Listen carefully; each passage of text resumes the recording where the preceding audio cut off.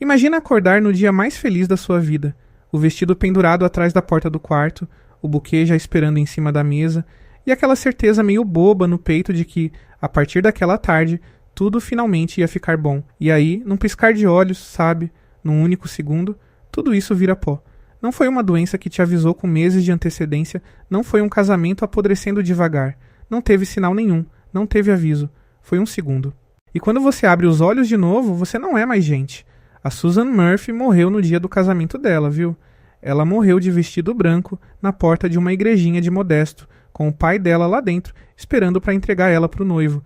E o mais cruel é que o filme te vende isso, embalado em cor pastel, com trilha animadinha, como se fosse uma comédia leve para ver com as crianças no domingo à tarde. Monstros contra alienígenas. Que título divertido, né? Só que se você parar de rir por um instante e olhar de verdade para a história dessa mulher, você percebe que não tem nada de divertido ali. Tem uma vida sendo arrancada de dentro de uma pessoa em tempo real, na frente de todo mundo, e ninguém tenta impedir. Ela estava lá, nos bastidores, no dia dela, mexendo no cabelo, ajeitando o vestido, conversando com o Derek sobre a lua de mel. E olha que interessante isso, porque a lua de mel dela já tinha sido roubada antes mesmo do meteoro cair. Ela sonhava com Paris. Paris, entende? A coisa mais boba e mais bonita que uma pessoa bem apaixonada pode querer. Atravessar o mundo com quem ela ama. E o Derek chegou nela com aquele sorriso de apresentador de televisão e disse que não, que eles iam para Fresno. Porque era bom para a carreira dele. Porque o mundo dele, o trabalho dele, o próximo emprego dele importava mais do que o sonho dela. E ela engoliu. Ela sorriu e engoliu, do jeito que a gente engole quando ama alguém e acha que ceder é a mesma coisa que amar. Guarda isso, porque isso é importante pro final. A vida da Susan já estava sendo encolhida bem antes dela virar gigante. E aí o céu abre. Uma pedra verde vinda do nada acerta ela em cheio, joga ela no chão. E ela levanta suja, com o vestido rasgado, brilhando. E ela vai. Ela ainda vai.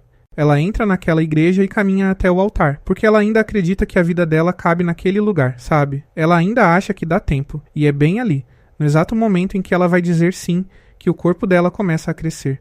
O cabelo perde a cor. O teto racha. Os bancos viram lasca de madeira. E as pessoas que estavam ali para celebrar ela, os amigos, os vizinhos, a família, todo mundo que ela conhecia desde criança, todo mundo se joga para fora correndo e gritando, tropeçando um por cima do outro para fugir dela. Pensa na cena por um segundo. Ela não machucou ninguém. Ela não atacou ninguém. Ela estava assustada, chorando, chamando o nome do noivo. E a resposta do mundo inteiro foi correr. Esse é o primeiro tiro. E é o mais fundo porque não veio de um monstro, não veio do governo. Veio de quem amava ela. E aí vem o helicóptero, vem o exército, vem o dardo tranquilizante no pescoço. Não teve conversa. Não teve ninguém perguntando, você tá bem, moça, você tá machucada, você quer falar com alguém. Não teve advogado, não teve telefonema, não teve nada. Eles derrubaram ela, igual se derruba um bicho grande que escapou do zoológico. E quando ela acorda, ela tá dentro de uma cápsula de metal, num lugar que não tem janela, num lugar que oficialmente não existe. E um general aparece com aquele jeitinho simpático e cordial de quem tá te dando uma boa notícia e explica pra ela com a maior calma do mundo que a partir de agora ela não é mais a Susan. Agora ela é Dinormica. Eles deram um apelido pra ela, entende? Eles tiraram o nome que a mãe dela escolheu, o nome que o pai dela ia falar naquele altar, e trocaram por uma piadinha. Porque é isso que você faz com uma coisa, não com uma pessoa. Você bota etiqueta. E ela tem quase 50 pés de altura, quase 15 metros. Mas ela ainda é aquela menina de Modesto por dentro. Ainda quer o namorado dela, ainda quer o quarto dela, ainda quer ver o pai dela. E ela vai passar o resto da vida dela sendo chamada por um apelido que ela nunca escolheu. Isso é uma morte, viu? É uma morte que não tem enterro, não tem velório, não tem ninguém trazendo comida pra sua casa, não tem ninguém dizendo sinto muito pela sua perda. A pessoa que você era simplesmente some e o mundo continua girando. E você fica ali dentro do seu próprio corpo assistindo o buraco onde a sua vida costumava ficar. Tem gente que vive isso sem crescer 15 metros, sabe? Tem gente que vive isso depois de um diagnóstico, depois de um acidente, depois de uma coisa que mudou a cara ou o corpo, depois de um dia em que a pessoa saiu de casa sendo uma e voltou sendo outra. E ninguém sabe o nome dessa dor, porque ela não aparece em lugar nenhum. Você só perde. E depois você tem que aprender a conviver com quem sobrou. E aí ela desce pro porão do mundo. E é aqui que o filme te dá os personagens engraçados. É aqui que você ri. O Dr. Barata, com aquele sotaque afetado e a cabeça de inseto. O Elo Perdido, o peixe macaco musculoso que se acha o Bam Bam Bam. E o B.O.B., aquela gosma azul burrinha que fala besteira e apaixona por uma gelatina. Eles são o alívio cômico, né? Eles são a parte fofa. Só que Praed pensa 5 segundos em cada um deles. O Dr. Barata era um cientista, um homem inteligente, com título, com carreira, que ficou obcecado com uma ideia meio triste e meio linda ao mesmo tempo, a ideia de dar pra gente a resistência de uma barata, porque barata sobrevive a tudo. Barata aguenta o que a gente não aguenta. Ele quis proteger as pessoas, e o experimento virou contra ele e deixou ele com a cabeça de um bicho que todo mundo esmaga com o pé. Ele passou o resto da vida trancado, sendo exatamente aquilo que as pessoas mais têm nojo no mundo. E o pior, ele é o único ali que tem consciência plena do tempo passando. Ele sabe quantos anos ele perdeu. Ele conta. Imagina o que é isso. Imagina ser inteligente demais pra se enganar. E o elo perdido, aquele que fica de peito estufado o tempo todo dizendo que tá em forma, que é durão, que ninguém segura ele. Ele ficou congelado por 20.000 anos e descongelou num mundo que não era mais dele. Ele foi pra praia. Ele só queria voltar pra água, sabe? Ele só queria o mar dele de volta. E nunca mais viu o mar. Ele passou 50 anos num porão de concreto sem sentir vento, sem sentir sal, sem sentir sol. E ele fica ali fazendo piada e falando que é durão porque essa é a única coisa que sobrou dele. É a armadura. Quem já dividiu o ambiente com alguém que só sabe fazer piada, sabe do que eu tô falando. Às vezes a piada não é alegria, entende? Às vezes a piada é a última parede em pé. E aí tem o B.O.B. E o B.O.B. é a coisa mais triste daquele filme e ninguém percebe, porque ele é o que mais faz rir. Ele é uma gosma azul que nasceu de um acidente, de um tomate modificado e um molho de salada, uma bobagem, um erro de laboratório que ninguém queria. E ele não tem cérebro, literalmente. Ele fala isso rindo, ele acha graça, ele fala que esqueceram de botar cérebro nele e a gente ri junto. Mas olha que coisa horrível, viu? O B.O.B. é o único ali que não sofre com os 50 anos de cativeiro. E sabe por quê? Porque ele não consegue lembrar. Ele esquece tudo. Ele acorda todo dia sem passado. Ele é feliz porque a memória dele não guarda o abandono. E se você olhar bem, isso não é sorte. Isso é o preço mais alto de todos. Ele pagou com quem ele era. É o corpo dele funcionando o dia inteiro sem nunca virar uma vida. E ele fica apaixonado por uma gelatina numa mesa de buffet, porque ele nunca aprendeu a diferença entre alguém que te ama e alguém que só tá parado ali perto de você. Ninguém nunca ensinou. Ninguém nunca ficou tempo suficiente com ele para ensinar. E ainda tem um insetossauro que nem fala, uma larva que cresceu por causa de radiação, 100 e poucos metros de bicho. E o que ele faz o tempo todo? Ele geme e olha para as luzes. Ele nunca teve chance de ser nada, nem monstro ele escolheu ser. Ele só cresceu demais e por isso trancaram ele. 50 anos, cara. 50 anos naquele buraco. Pensa em tudo que aconteceu no mundo em 50 anos.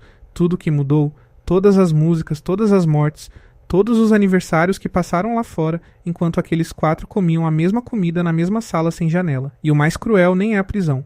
O mais cruel é que ninguém do lado de fora sabia que eles existiam. Não teve protesto na porta. Não teve família ligando para perguntar deles. Ninguém acendeu vela por eles. Porque para você ter alguém lutando pela sua liberdade, alguém precisa antes lembrar que você tá vivo. E não tinha ninguém. E tem uma coisa naquela base que ninguém comenta e que me incomoda até hoje. É a rotina. Porque prisão de filme normalmente é violenta, tem tortura, tem grito, tem alguém sofrendo de um jeito que dá pra apontar. Ali não. Ali é pior, porque ali é organizado. Tem horário, tem refeição. Tem alguém do outro lado do vidro anotando as coisas numa prancheta com a maior educação do mundo. Ninguém bate neles. Ninguém xinga eles. Eles são bem tratados do jeito que a gente trata um bicho de laboratório, com cuidado, com atenção, e sem nunca perguntar o que ele quer. E é isso que apaga uma pessoa devagar, viu? Não é a crueldade escancarada, é a educação. É alguém te olhar com simpatia todos os dias e mesmo assim nunca abrir a porta. É você descobrir que dá pra ser tratado com gentileza e continuar sendo uma coisa. Porque no dia em que gritam com você, pelo menos você sabe que existe alguém do outro lado te enxergando. Quando o tratamento é gentil e a porta continua trancada, você começa a achar que talvez o problema seja você mesmo. Talvez você seja mesmo perigoso. Talvez o mundo esteja certo. E aí é quando você para de bater na porta. E o dia em que você para de bater na porta é o dia em que a prisão termina o serviço. E é engraçado como isso é comum de um jeito que não devia ser, sabe? Essa coisa de existir só quando alguém precisa de você. De ser o amigo que só recebe mensagem quando a pessoa tá mal. De ser o filho que só é lembrado quando tem conta pra pagar. De ser o funcionário que ninguém sabe o nome até dar problema. E aí, quando passa, você some de novo. Você volta pro porão. E já que eu tô falando disso, deixa eu dar uma parada rápida aqui para agradecer os membros do canal. Viu? De coração. Vocês são justamente o contrário disso. Vocês estão aqui de verdade. Não por conveniência. Não porque precisam de alguma coisa. Vocês só ficam. E isso, num mundo assim, é uma coisa enorme. Obrigado mesmo. E olha, se esse assunto tá batendo em você agora, hypa o vídeo pra mim, deixa o like e comenta aqui embaixo se você já se sentiu descartável desse jeito, se você já foi lembrado só quando deu jeito pros outros. Eu leio tudo. E se inscreve aqui no Talvez Seja Assim, porque esse tipo de conversa a gente não tem em muito lugar, né? Bom, e aí o céu abre de novo. Só que dessa vez não é uma pedra, é uma nave.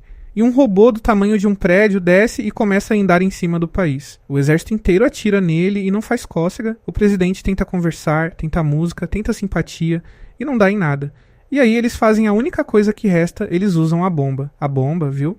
A coisa mais destrutiva que essa espécie já inventou. E o robô absorve, se recarrega com ela e continua andando. Naquele momento, a humanidade inteira descobriu que tinha perdido. E é exatamente nesse ponto, no ponto em que já não tem mais nada a perder, que alguém finalmente lembra dos monstros. Repara na ordem das coisas. 50 anos de porão. 50 anos de ninguém pensar neles. E na hora em que a bomba falha, na hora em que os soldados de verdade não servem, aí sim eles são úteis. Aí sim alguém abre a porta. O general chega no presidente e faz a proposta com a maior naturalidade do mundo. Solta os monstros. E o argumento é justamente esse. É o que ninguém tem coragem de falar em voz alta, mas todo mundo entende. Se eles morrerem, tudo bem. Eles já estão riscados do mapa. Eles não têm família para avisar. Não vai ter bandeira dobrada, não vai ter caixão, não vai ter homenagem, não vai ter o nome deles gravado em pedra nenhuma. Eles são gastáveis. E o pior é o preço que oferecem. Liberdade. Eles oferecem a liberdade como se fosse um presente, como se não fosse uma coisa que já era deles desde sempre. Uma coisa que roubaram deles por 50 anos. Você imagina a maldade que é isso? Você prende uma pessoa por meio século sem crime nenhum. E aí você chega com um sorriso e diz que ela pode ter a vida de volta, desde que ela vá lá na frente enfrentar a coisa que acabou de comer uma bomba atômica no café da manhã. E o mais destruidor, sabe qual é? É que eles aceitam. Eles aceitam na hora, sem discutir, com alegria até. Porque quando você tá trancado tempo demais, você aceita qualquer coisa que tenha cheiro de porta aberta. Até a chance de morrer parece um progresso, entende? Até a morte parece movimento. E aí eles vão pra ponte de São Francisco. E é a cena mais bonita do filme e a mais suja também. Porque tem o insetossauro levando fogo, tem o Elo perdido apanhando, tem o Dr. Barata correndo pra dentro da máquina, tem a Susan segurando um carro cheio de gente com as mãos pra não deixar aquilo despencar no mar. Ela salva um casal com um bebê. Um casal igualzinho ao que ela ia ser. E ela olha aquilo por um segundo. Só um segundo. Aquilo que ela nunca vai ter, salvo pelas mãos dela. É a primeira vez que ela usa a força dela pra alguma coisa. E é a primeira vez que ela entende que essa força só serve pra segurar a vida dos outros, nunca a dela. E o insetossauro cai queimado no meio da ponte. E todo mundo acha que ele morreu ali, na fila da frente, exatamente onde mandaram ele ficar. E as pessoas que corriam dela algumas semanas atrás começam a bater palma. Olha só que rápido, viu? Ontem você era o pesadelo da cidade e hoje você é o herói. E a única coisa que mudou foi que apareceu uma coisa maior e pior que você. Não teve reflexão, não teve arrependimento. Ninguém pediu desculpa por ter corrido daquela igreja. Ninguém falou, olha, a gente tratou você mal, foi errado. Eles só acharam um monstro novo pra ter medo, e você virou o menos pior. Isso não é aceitação. Isso é conveniência com cara de festa. E aliás, falando dessas teorias meio sujas que ficam por trás das animações, quem quiser dar uma olhada, tem umas camisetas com estampa dessas ideias mais sombrias ali na abinha do YouTube Shopping, embaixo do vídeo. Dá uma olhada com calma depois, sem pressa, e volta aqui que a parte mais pesada é agora, porque agora vem o Derek. E o Derek é o verdadeiro vilão desse filme, muito mais que qualquer alienígena com nave e raio laser. O alienígena queria uma coisa que estava dentro dela, e foi honesto sobre isso. O Derek fingiu que amava. Ele aparece depois da vitória com microfone, com câmera, com aquele sorriso de quem finalmente conseguiu a matéria da vida dele. E ela corre pra ele, viu? Ela corre. Depois de tudo que ela passou, depois da jaula, depois do apelido, depois de ver o amigo dela queimar numa ponte, ela ainda corre pra ele com o coração aberto. Porque ela ainda achava que se alguém no mundo inteiro fosse enxergar a Susan dentro daquele corpo, ia ser ele. E ele olha pra cima e faz aquilo. Ele diz, na cara dela, que ela não é mais a garota por quem ele se apaixonou. E aí ele explica, sem perceber a monstruosidade do que tá falando, que na verdade ele nunca quis uma esposa. Ele queria uma coadjuvante. Alguém pra mudar pra Fresno com ele, pra fazer o jantar, pra assistir ele crescer na televisão, pra ser pequena o suficiente pra caber na vida que ele planejou sozinho. E o problema dela agora não é ela ser um monstro, entende? O problema é que ela cresceu. O problema é que ela ficou grande demais pra caber. E de repente aquilo de Paris volta na sua cabeça e você percebe que ele já dizia isso desde o começo. Só que naquela época ele dizia com voz macia. Sabe qual é a dor exata ali? Não é ele terminar. É ela descobrir no pior dia da vida dela que nunca teve amor nenhum pra terminar. Que aquilo que ela achava que era o chão dela era papelão pintado. Ela perdeu o corpo, perdeu o nome, perdeu a casa, perdeu o mundo e ainda teve que perder a lembrança boa também. Porque agora nem lembrar do noivado é seguro. Agora até a memória tá contaminada. Ela olha pra trás e não acha um único lugar limpo pra descansar. E é aí que eu queria te perguntar uma coisa, e eu quero mesmo a sua resposta aqui embaixo. Hypa o vídeo comigo e me responde com sinceridade. O que dói mais na sua opinião? Perder quem você ama. Ou perceber que quem você ama tem vergonha de você. Porque não é a mesma dor, viu? A primeira te deixa vazio. A segunda te deixa sujo. Comenta ali embaixo. Eu quero muito ler isso. E aí o filme não deixa ela nem respirar. Porque o alienígena vem, arranca ela do chão e tira dela a única coisa que sobrou. Tira a força. E olha o detalhe cruel. Quando arrancam aquela luz de dentro dela, ela volta ao normal. Ela fica pequena de novo. Ela fica exatamente do tamanho que o Derek queria, exatamente do jeito que ela pediu para ser todos aqueles dias na cela, chorando, dizendo que só queria a vida dela de volta. E o desejo dela é atendido no pior momento possível, dentro de uma nave inimiga, presa numa cela outra vez, sem ninguém para socorrer. É o velho golpe da vida, né? Você recebe o que pediu quando já não serve para nada. E é bem ali, com a nave caindo aos pedaços, que ela toma a decisão mais triste do filme inteiro. Ela olha para aquela luz verde e ela escolhe pegar de volta. Ela escolhe ser monstro. E a galera aplaude essa cena achando que é empoderamento, achando que é ela descobrindo a força dela. Eu queria muito que fosse. Mas olha bem a situação em que ela toma essa decisão. Ela tá numa nave prestes a explodir com 3 amigos lá dentro. Não é uma escolha, entende? É uma pessoa aceitando ser a arma porque não sobrou mais ninguém pra fazer isso. Ela não escolheu ser gigante. Ela escolheu que, já que ela vai ser mesmo, que pelo menos sirva pra salvar as únicas 4 criaturas no universo que não correram dela. E aí vem o final, o sorriso. Ela volta, tem festa, tem gente aplaudindo, e o Derek aparece de novo, todo sorridente, dizendo que agora dá certo. Agora eles podem tentar de novo, agora que ela é famosa e a câmera tá ligada. E ela dá aquele peteleco nele e todo mundo no cinema comemora. E é catártico, é gostoso, eu também comemoro. Mas por baixo desse peteleco tem uma tristeza que não sai, sabe? Porque ela não tá largando um homem ruim e indo viver a vida dela. Ela tá largando um homem ruim e indo pra onde exatamente? Ela não volta pra Modesto. Ela não volta pra casa do pai dela. Ela não vai tentar recomeçar em lugar nenhum, porque não existe recomeço pra ela. Todo lugar onde tem gente normal é um lugar onde ela é problema, é notícia, é alguém que quebra o teto quando entra. Sobrou uma coisa só. Sobrou o serviço. E é literalmente isso que acontece no fim. O rádio do general toca, apareceu um caracol gigante atacando, e eles saem correndo para trabalhar. É emprego, cara. O final feliz dela é um emprego. Ela troca a jaula pelo uniforme e chama isso de liberdade. Porque quando a jaula é a única coisa que você conheceu, qualquer coisa com um pouco mais de espaço parece céu. E o detalhe que me quebra de verdade, aquele que eu não consigo tirar da cabeça, é onde o caracol tá atacando. É em Paris. Paris, cara. O lugar que ela queria ir com o homem que ela amava, o lugar que ele tirou dela dizendo que Fresno era melhor. Ela finalmente vai pra Paris. Só que ela não vai de vestido, não vai de mãos dadas, não vai comer nada, não vai ver nada, não vai tirar foto nenhuma. Ela vai de uniforme, ela vai pisar naquela cidade pra brigar. E no dia seguinte, vão mandar ela pro próximo lugar, e depois pro próximo. O sonho dela virou destino de missão. É a vida antiga dela devolvida em forma de trabalho, entende? É o fantasma do que podia ter sido passando na frente dela todo dia, com outra roupa. E ela sorri.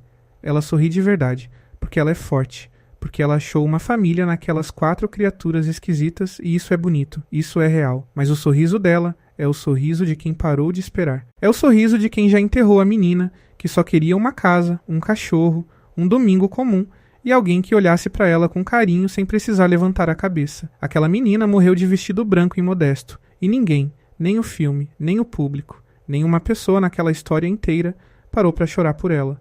Talvez seja por isso que a gente ri tanto desse filme, viu? Porque rir é mais fácil do que reconhecer que o mundo faz isso todo dia, com gente de tamanho normal, e a gente não repara. A gente descarta as pessoas devagar. A gente tranca elas no escuro do esquecimento e só lembra quando precisa. E aí, quando elas voltam mudadas, a gente chama de aberração e corre. Talvez seja assim. Talvez a maior aberração desse filme nunca tenha sido a moça de 15 metros. Talvez sejam as pessoas pequenininhas que correram dela.